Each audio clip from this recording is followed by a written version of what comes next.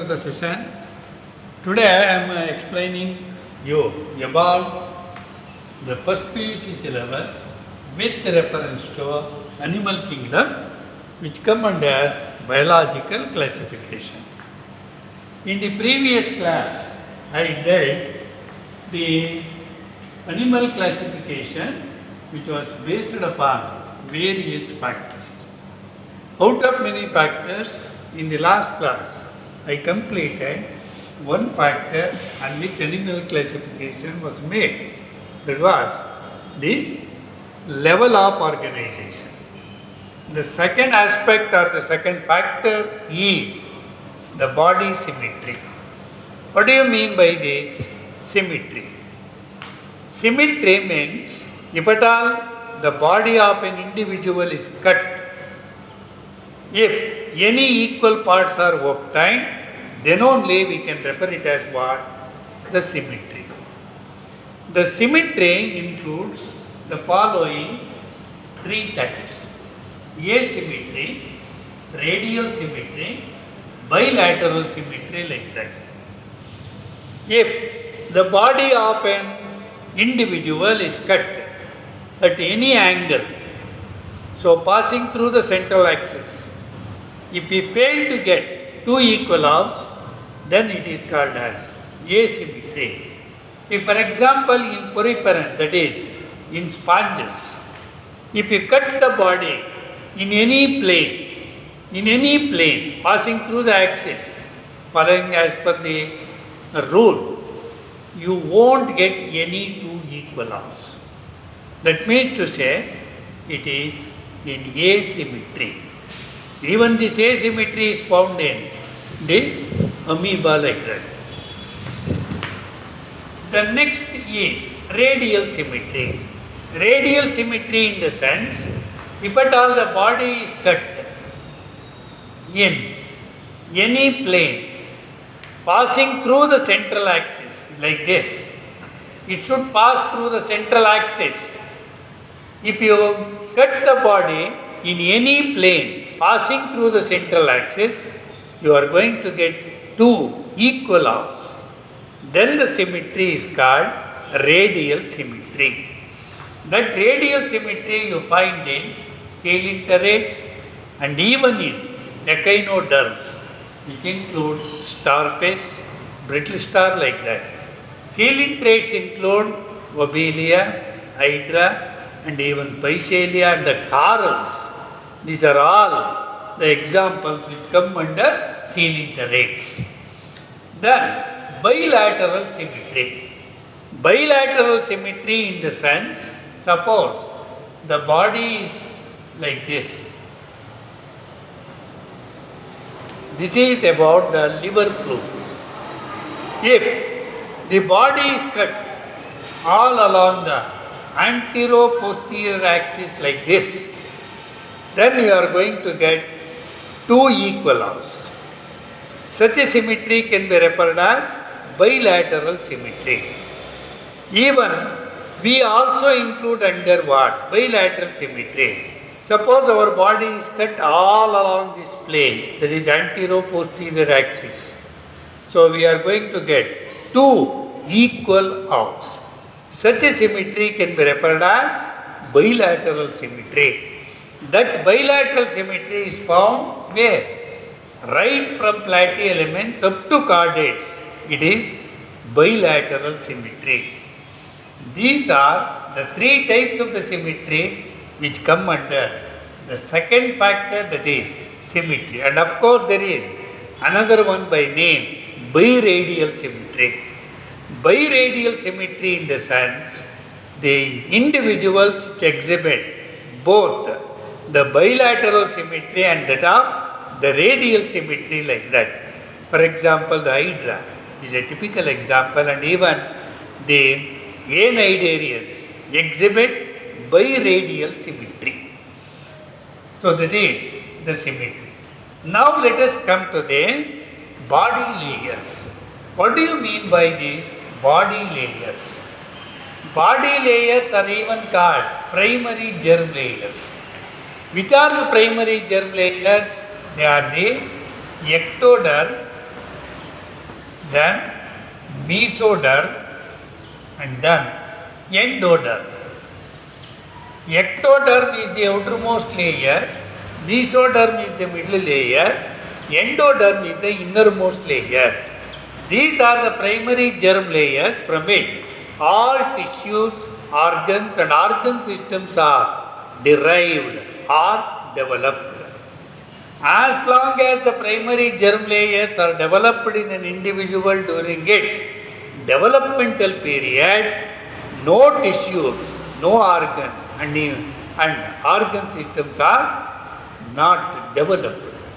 No such tissues and organs are developed as long as the primary germ layers are formed.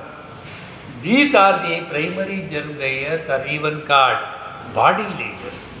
Based upon the presence of how many body layers, the animals are classified into two types, that is diploblastics and triploblastics.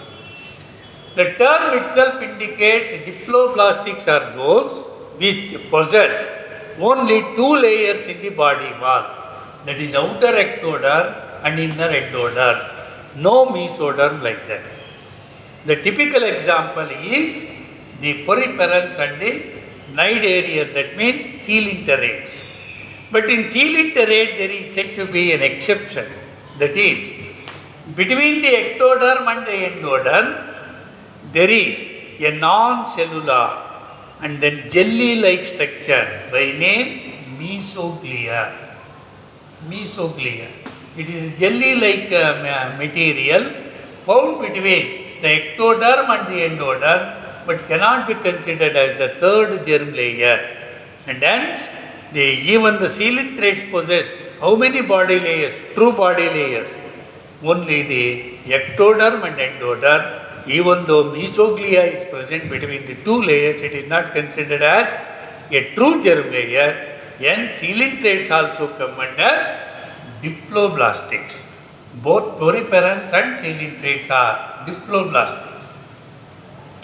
What do you mean by triploblastic? The term itself indicates that there are three layers in the body wall: ectoderm, the mesoderm and endoderm. These are the three primary germ layers. As I said earlier, the tissues, organs and organ systems are developed or derived. So such animals with three layers in the body wall are called triploblastics.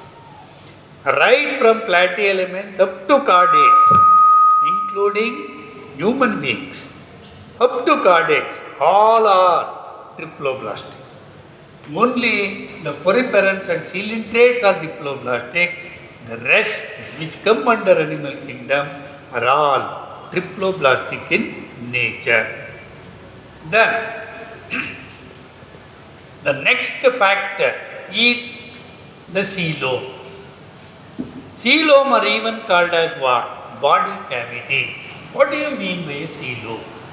Coelom is nothing but a body cavity found between the body wall and gut. Suppose this is body wall and this is gut and this one is what? The coelom. Coelom is nothing but a body cavity found between the body wall and gut. Gut in the sense nothing but alimentary canal. So that is coelom. Based upon the presence and absence of the coelom, we can classify the animals into two groups: acoelomates and coelomates. What do you mean by acoelomates? The term itself indicates that the animals with no coelom are called acoelomates. Which are acoelomates? The acoelomates are poriferans, that is sponges, and then coelentrates, and then platyhelminths. So these three phyla are the acoelomates. That means no coelom at all. Now, what do you mean by the coelomates?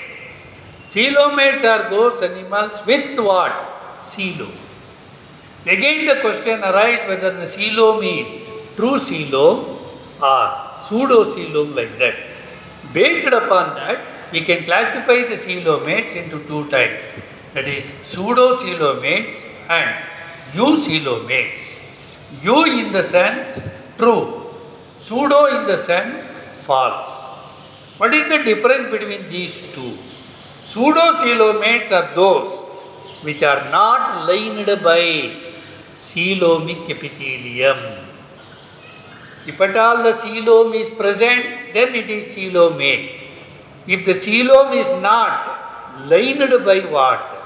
The coelomic epithelium, then it is called pseudo-coelomate. The pseudo-coelomates are asc elements. Asc elements include what? Asc elements include the particularly human parasites, endoparasites like that are hookworm and even the roundworms, pinworms, whipworms like that. All these come under asc elements. Asc elements is only the one phylum which are pseudo-coelomates where the coelom has no coelomic epithelium. Now, eucoelomates in the sense, the eucoelomates are those which are lined by what? Coelomic epithelium. They are called eucoelomates. The typical example for eucoelomates are start from the annelids up to chordates. From annelids to chordates, all are eucoelomates. Thereby, under different phyla, the poriferans and coelentrates are what? Coelentrates and platyhelminths are what? Acoelomates. Asc elements, pseudo-coelomates. Whereas from annelids onwards up to chordates, all are eucoelomates. That is about the coelom. Now, the next is the segmentation. Segmentation in the sense, here the body contains a series of segments all along the length of the body. So this, whenever there is segmentation, then there is repetition of certain tissues all along the length of the body. So if at all there is repetition of at least some tissues all along the length of the body, then we can make use of the term, right? The segmentation. The segmentation starts from here, annelids, and then given arthropods, and then the chordates. The typical segmentation you may not find in other phyla. So that is segmentation. And lastly, what is known as the notochord. What do you mean by a notochord? Notochord is nothing but a stiff rod-like structure which gives support to the body. Notochord means a stiff rod-like structure which gives support to the body. So based upon the presence of the notochord only, the animals which possess notochord are called what? Chordates. Are called chordates.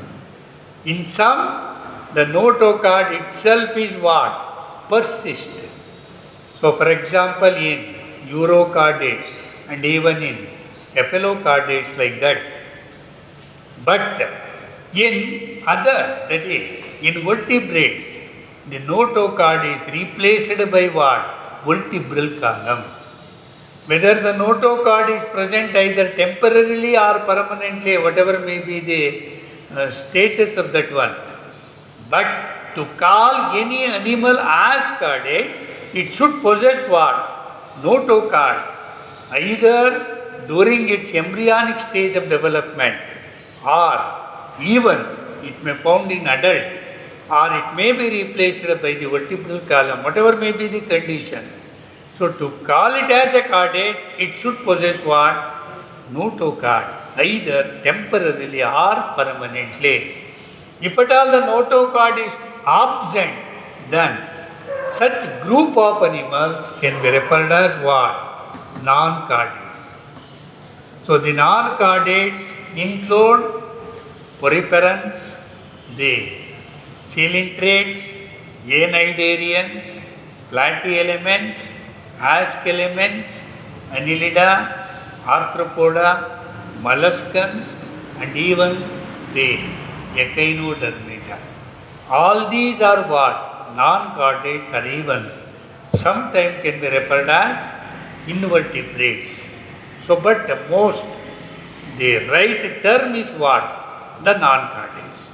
So, that is about the notochord. So, with this, we can complete how the classification of the animal is made. What are the bases of the animal classification? What we have studied so far were level of organization, body symmetry, the body layers, and then the coelom.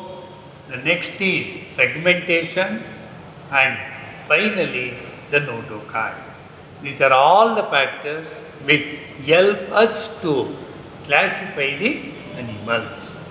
Based upon these factors, we can classify the animals for the sake of convenience into two groups. That is one non-chordates and the other is the chordates. The non-chordates include several phyla, and each phylum has its own meaning in its term itself. Now let us study about the phyla of the non-chordates. First, let us take up the phylum Porifera. Here in each phylum, we have to consider only what? The salient features or the unique features or the important features rather than the general characters. Say for example, the first phylum is what? Porifera. What do you mean by this Porifera? Porifera, in the sense, the meaning lies in the word itself. That is, pore-bearing animals. Pore-bearing animals. That is the poriferans. Now, let us know the silent features one by one. Remember, the poriferans are represented by the common name, that is sponges. All poriferans are what? Aquatic forms. That means they live in water.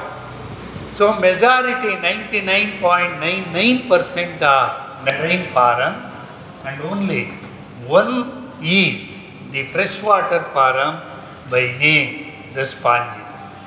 Except the spongilla, all other are the marine forms, aquatic, and they are sedentary forms. What do you mean by sedentary forms? Sedentary in the sense, the fixed form. They do not exhibit the movement, which is, of course, a unique feature of the animals. So, all are sedentary and aquatic forms. The second one is, they are multicellular animals composed of many cells. Even though there are many cells, the cells do not or fail to aggregate to form what? Tissues. And hence, the grade is what? Cellular grade of organization. What do you mean by cellular grade of organization? That means, though many cells are formed, they fail to form what? The tissues. And such a grade or such a level can be referred as the cellular grade of organization. The next one is, the entire body of the animal bear numerous minute pores called ostia. Ostia are the minute openings found on the surface of the body through which water enters. The water enters through ostia into a cavity by name of spongocoel. And from the spongocoel, the water goes out through a larger opening called what? Osculum. So through many ostia water enters into spongiocele, but through only one opening by name, osculum, it goes out. Such a movement of water or the pathway of water, so from outside into spongiocele through ostia, and then from spongiocele to outside through osculum, can be referred as what? Water canal system, or simply called the canal system. What is the aim of, or what is the advantage of this canal system? So remember, as I said earlier, the sponges are what? Sedentary forms. Sedentary means what? Fixed forms. Thereby, they cannot move as like that of the animal. Whenever there is no movement and whenever there is no the photosynthetic capacity, then how they get their food material? It is only through what? The canal system. The canal system not only helpful in connecting the food and also helpful in removing what? The nitrogenous waste and even the undigested matter like that.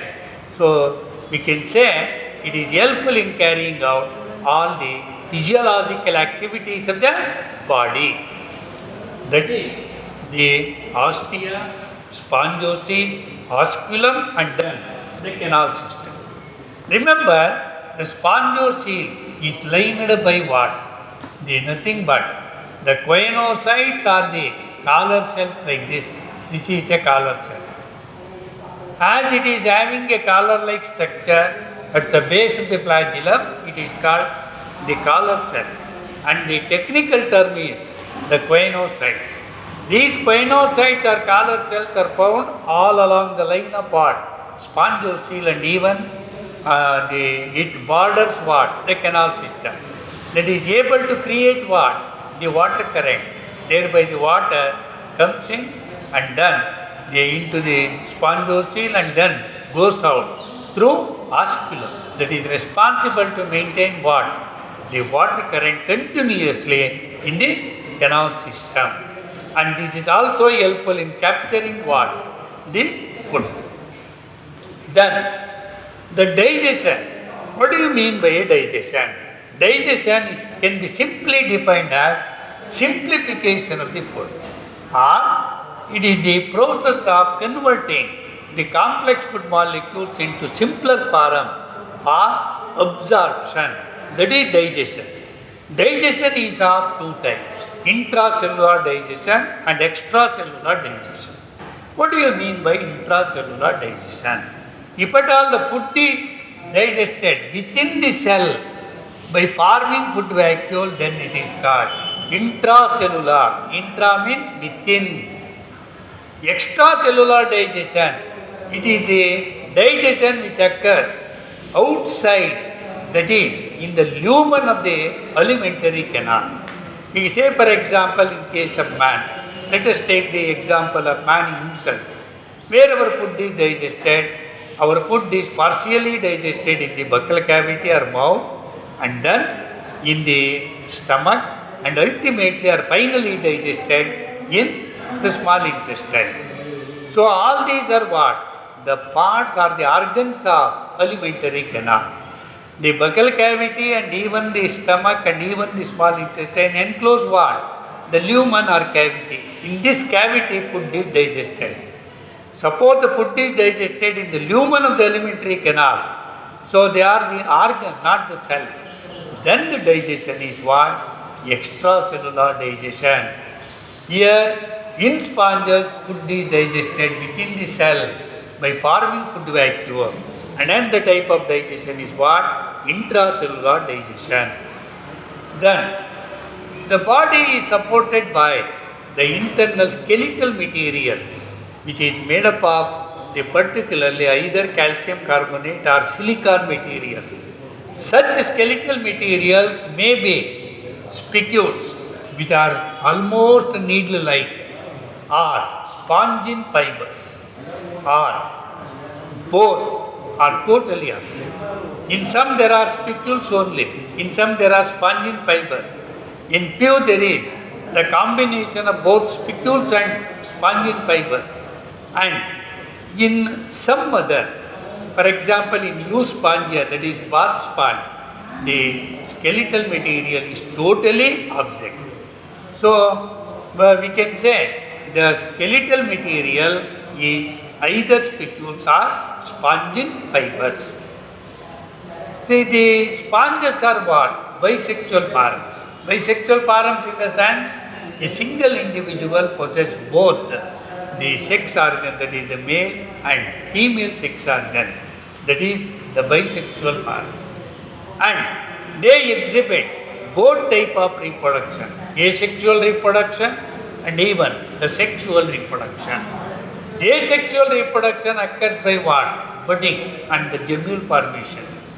Gemule formation occurs particularly in the freshwater bodies because during summer season the freshwater bodies going to dry up. Before drying up, the sponges found there form one internal buds called the gemmules. These gemmules, whenever the favorable conditions return, they germinate and form one new individual.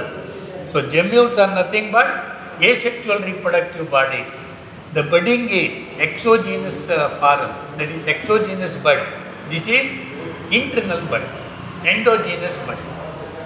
Then the regeneration power is very high in case of the sponges. The sponges show remarkable capacity of the regeneration what you cannot come across in any other animals. Any small piece of a sponge is able to grow into a new individual. What do you mean by regeneration? Regeneration is nothing but regrowing of the lost parts or injured parts. If, for example, if at all a piece of a sponge is taken and grind it well in a grinder, and then they take that grinded material over a muslin cloth or a transparent cloth and then squeeze it. Naturally, the cells are get separated and then they filtered through what? That cloth. The few cells, if at all favorable conditions are available, they aggregate and form what? New individual. So you don't come across such a capacity, remarkable capacity of regeneration in any kind of other animals except sponges.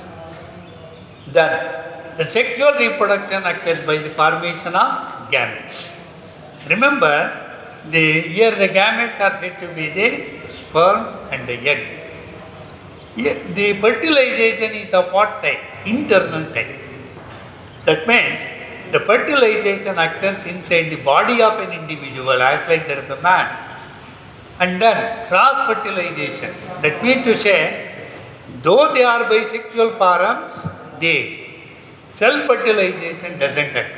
What do you mean by self-fertilization? Self-fertilization means if at all the sperm and the egg belonging to the one individual, they fuse together and form a zygote, then it is called self-fertilization. You can expect in where? Bisexual param. But here, though it is a bisexual param, the fertilization is cross-fertilization.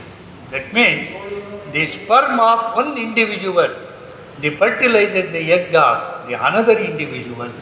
So, through the agency of the water current. So, hence the fertilization is internal as it occurs inside the body and cross because the gametes belonging to two different individuals. It is biparental one.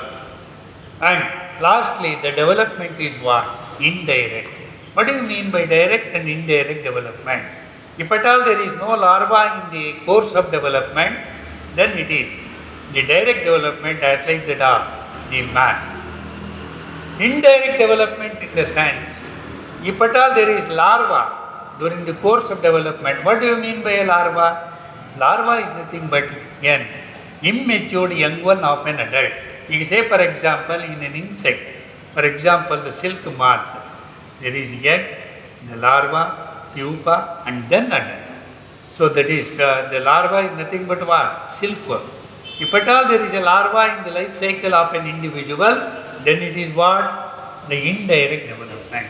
Here also there are two larvae, that is Amphiblastula larvae, Amphiblastula, and then Parenchyma.